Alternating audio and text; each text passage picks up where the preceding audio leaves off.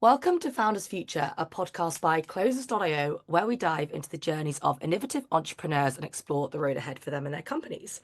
I'm your host, Laura Skinner, and in each episode, we'll uncover the stories behind successful startups, the challenges faced along the way, and of course, the strategies driving their future expansion. Today, we're excited to have Patrick Smith, the founder and CEO of Zally. Patrick will be sharing more about his founding story and giving us a glimpse into his plans for future growth. So let's jump right in, Patrick, and welcome to Founders Future. Thank you, Laura, and good morning, and thanks for having me. Love it. Awesome. So take us back to the start. What inspired you to start Zally? And of course, for our listeners, what do you solve within the marketplace? Yeah, so really quick to give you a bit about my background is that like any other 10-year-old, I didn't set up one business, but I set up two. So one was a full stack development business. The other one was a DJ booking business where my mom drove me around to like 9-year-old birthday parties and stuff like that. I was picked up professionally when I was 13 by a large DJ booking agency. And when I was 16, I set up a DJ agency together with a friend. We grew that to 40 full-time DJs, and I did my first exit at an age of 18 as a result of that. Then I continued building a lot of brands. Some of the companies that I was part of was massive success, but also was big failures. And I would say I learned more from those failures that I've done from my successes. And then a few years later, I worked as a concert promoter, promoting like artists like Justin Bieber, Descent, Rihanna, those type of concerts in the Nordics. And one of the sponsors that we had at the event, he approached me and said, Patrick, could you come and help my business? I acquired a business. And I didn't know that this was not based in Norway. So 5 days later, I moved to London and my wife came a week after. And to make a long story short, I spent 9 months with that company without knowing a single person in London or in the UK in general. But after 9 months, I saw a big gap in the market. There was no one that was connecting brands with micro-influencers. So I thought it would be a great way to set up a series of events, get to know them, and get some learnings. At these events, some of the large UK brands that we all know of, Deliveroo and Uber Eats, was attending these events. And they said, can you start hosting smaller events for us, 10 to 20 people, and they can promote the content through their following. So I started a digital marketing agency without knowing anything about that agency world. And everybody thought I was silly because, as we all know, that London is a very saturated market when it comes to agencies. But I hired my first employee after 17 days. And 2 years in, we were 50 people. And then I did an exit together with my wife in that project. And that takes me on to where I am now, because 1 year prior to COVID, that allowed me to take time and spend time on projects that I found fascinating and was challenging me. One of the clients that I took on board was a waste management business that wanted to convert skips into wheelie bins. I know that sounds really sexy, but and we tried to convert them and close more business for them. And that was a big success, but I could see they were all struggling with similar things to my e-commerce clients and my food and beverage clients. Was that cart abandonment was caused online by password friction and account creation, that people were leaving the digital interaction when they had to do a password reset. So I thought then there must be a better way to authenticate users online. But it was sadly when my mom passed away with cancer and left my dad with dementia, not being able to manage his affairs efficiently. But I thought, why can't we use the way we interact with our devices as a way to authenticate users? So that's when we started on the Zally journey. I contacted Innovate UK. They gave us a grant. But in that journey, they said, we would highly recommend you to move closer to the cybersecurity community. And they are, I state, they are all based in Manchester, which is not true, but it is a great place for cybersecurity businesses. So I moved up to Manchester 2 years ago and started to build a team here now. Wow, what a background. You were like chucking out exits there as if they were nothing. That's awesome. So totally understand the journey up until now. So what do you actually, for the like a one level, what do you actually solve? I know within cybersecurity, but just for our listeners, just to give it that overview, what do you actually solve? So we only do one thing, and we want to be best at that, and that's to prove you are you continuously. And we use sensor data on a mobile device to actually authenticate users and prove that you are who you say you are. But instead of doing this at a point in time, we're doing it continuously. And that's our big USP. Nice. And what's the journey been like up until now? So how long have you been running, and what's been that go-to-market journey up until now? I moved, as I said, up to Manchester 2 years ago, but I set base in a place called Digital Security Hub, which is DISH in Manchester, which is part of GCHQ's incubator and is run by Barclays Eagle Labs in April 22. And since then, we've grown the team to 15 people. We're a small, lean team. Everything is developed in-house. Through that journey, because we're building all AI machine learning algorithms ourselves and in-house, it was important that we spend enough time and had enough funds to do that. So we did some fundraising last year, did one of the largest angel rounds from what I understand in the UK. And that has taken up to where we are now, where we early next year are able to go to market and hopefully close those first customers. I love that. So you are pre your first initial customer base? We are, but of course, we have had a lot of engagements where we talk because we needed to understand where was the problems for our customers so we can actually satisfy that need. And I think that's the reason why we also have pivoted how we should go to market a couple of times throughout the year. But from my experience, it's not a difficult product to sell, but you need to have something that people are willing to pay for. So we understand there's a need in the market and we're solving a problem, but are people willing to pay for that? And that was the reason why we pivoted a couple of times to actually identify how can we solve a problem for our customers and they are willing to pay for it. Yeah, it's so key, right? It's just like that initial feedback loop as well is just pivotal. So when you think about your go-to-market strategy, so you want to take this at the start of next year, what do you have set up in place for, let's start from the top, so lead generation and getting the brand awareness out there and getting your first initial clients in? So I would say the biggest challenge we have had is that password authentication and identity, it's all covered by identity, but for everybody to understand, like password is absolutely everywhere. And we solving a pain point on a global scale. So one of our biggest challenges has been where do you start? Because it's unlimited opportunities. So instead of looking at, okay, should we go down one vertical or 10 verticals, is like, where could we create as much noise? But because we're delivering something in the cybersecurity world, we needed to find a way how we could actually build trust amongst the customers and utilize that to create new leads and opportunities in the market. So we looked at financial services because they are always reliant on having the highest level of security and started engaging with them. So that could be banks, financial services, like anyone in fintech, which we have engaged with over the last, I would say, 6 months. And then the way that we have looked at it is that we have engaged in collations of partnerships with people that is actually in need of our service and taking part in actually changing the way we authenticate online. And as a result of that, we have built relationship with banks and fintech providers that could use our service from day one. And hopefully that gives us the starting point to interact with e-commerce or healthcare services and things that takes security seriously, which we all should. 100%. It's so key. It's actually insane what, especially with AI and just with technology, just like increasing year on year.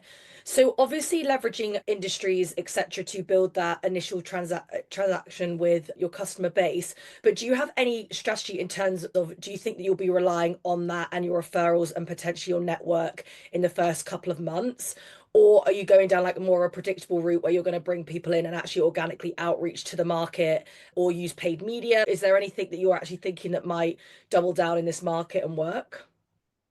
I think we are quite fortunate that we have 42 angel investors, and we were able from early days to handpick some of these investors. We had a lot of interest when we did our initial raising and have still a lot of interest in us. So as a result of that, we found people that could actually help us open doors. And I think having that initially, having a chairman, which has done a large exit in cybersecurity to Accenture, is one So thing. good. Yeah, and he's worked with cybersecurity solutions for like central government and so on, and fintechs. So that was very crucial for us to have people on board that could actually challenge us and actually also open doors to the right people to have those customer conversations. So that has been a strategy since day one, because I feel like together we can be more powerful than just being me just running around and knocking on doors. So that's been one. Number two, we had a strategy since day one where we has always been in stealth mode, where we actually were developing. So we went out to market with a large social media campaign and built presence online and got a lot of ambassadors as a result of that. That created a lot of motion, I would say. So for us, it was all about starting to engage really early on. And then once we go to market next year, that's when we're going to, like, this is what we are able to deliver. This is what we do, and start there. As a result of doing all these things, before we even have a product to go to market and sell, to create a pipeline of a lot of interesting businesses and starting all these conversations. And when you create a lot of buzz in the market, you get a lot of attention from big players, interesting enough. So we have an incredible marketing team that runs around like in Manchester with flamingo hats on and talks about getting rid of passwords to prove that you are you continuously online, and educating people on it. And as a result of that, and going on TikTok and LinkedIn and so on, has created a lot of attention from large players that has, okay, guys, you guys are interesting. Can we have a conversation? What are you all about? And that initiated a lot of good conversations. So we've been fortunate in that way.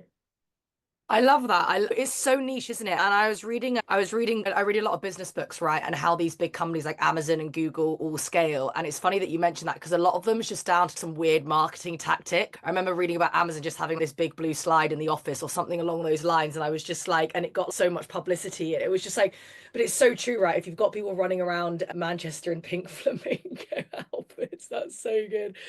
Cool. So in terms of that's the top of the funnel, and also your close rate and your sales cycle length will just your metrics will be through the roof when they're coming through strong referrals like that, right? So you're just like laughing on the back end. But what does the sales process look like? Like, how are you going to actually let the deals are coming in the pipeline strong? You've taken the product to market, and then how are you going to execute the closes? What does that look like in your world?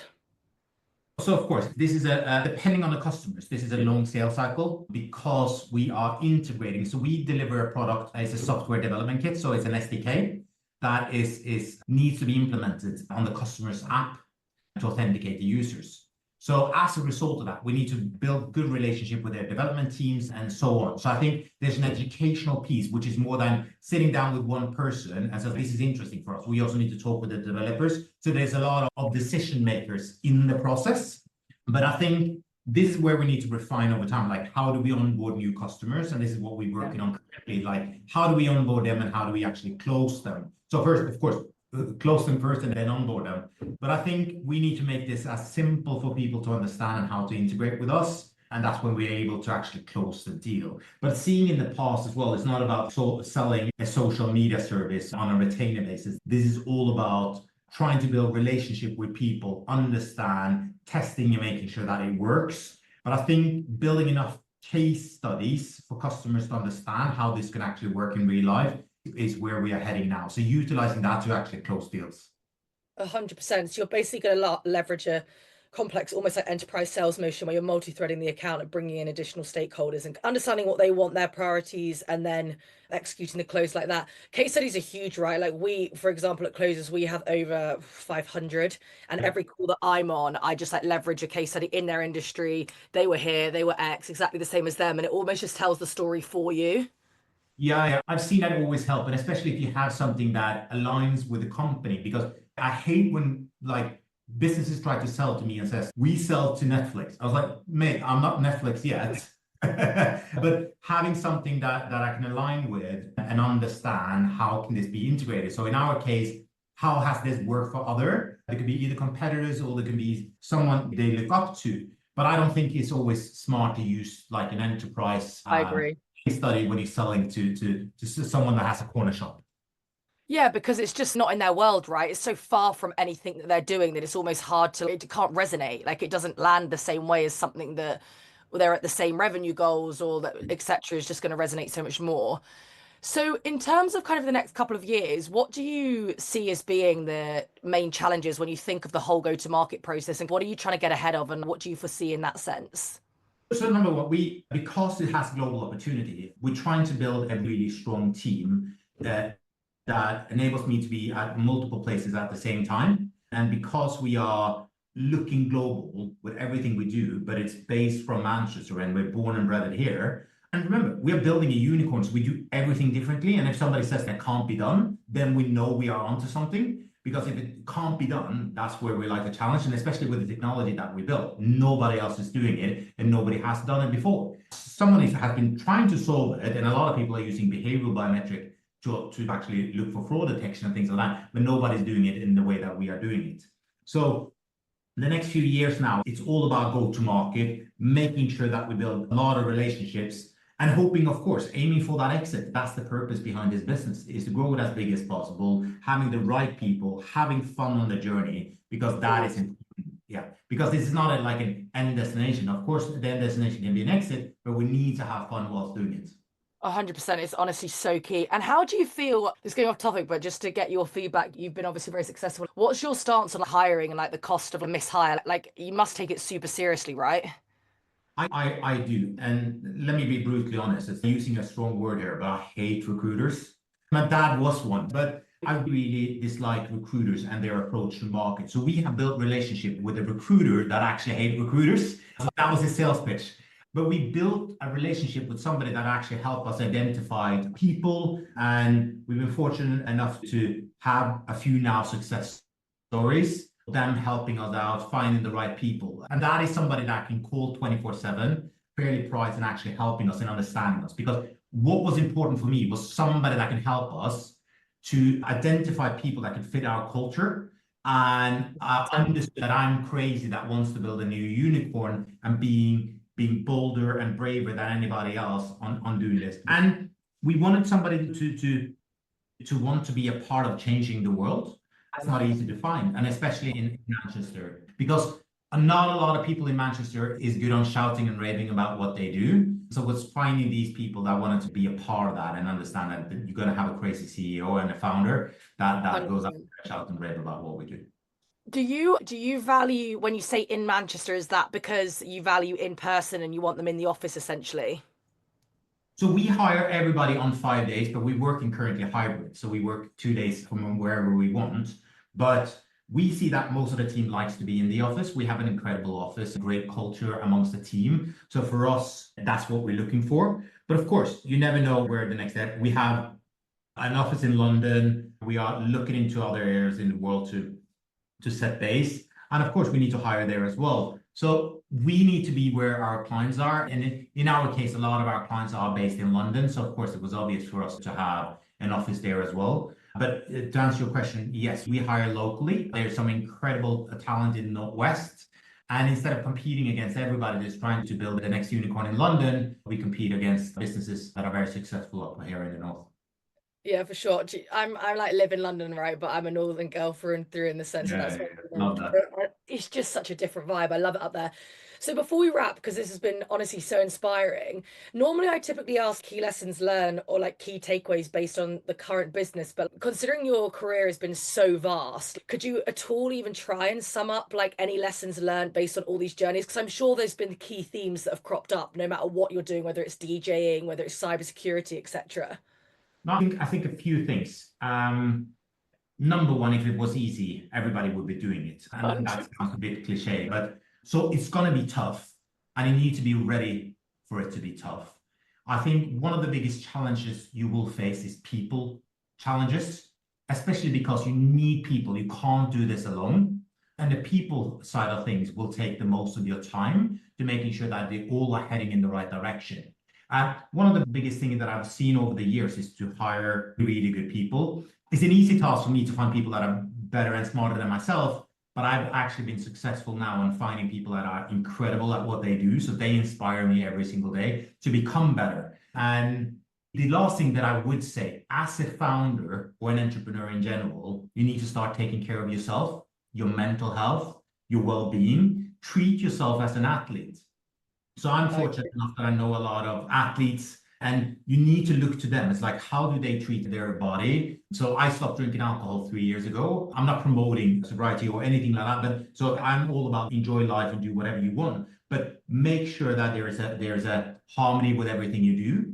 Don't try to create like a work-life balance. So Jeff Bezos says, try to make a work-life harmony because otherwise you will run around with guilt all the time. And you need to find a partner in life, a husband or wife, that actually support you on the journey and are really there because it's not easy to build a business. And if anybody comes to me and says, should I start my own business? I always say, I would recommend you not to. That's just because I know what it takes to do it. I honestly can't agree with you even like as much. So my brother's a professional athlete. He's an international rugby player. So I Yeah. grew up just like watching what that was like to actually execute and be that like top 1%. So now I'm all into like my ice baths, gym every day, don't drink much alcohol, and I just feel like it makes it so important because if you just, especially like now at Christmas, right, if you just like batter your body, you've just literally got no hope. Yeah, yeah. So I always say to people, continue drinking because this allows me to give even more superpower when I go out there. Because it actually, for me to reduce my drinking and to actually take care of myself, I eat 12 eggs a day. Like I'm doing all these crazy things, ice bathing, and then you're preaching here. But the thing is that my mind becomes clear and I can actually focus on the important things and I can be there for my family and I can be there for my team.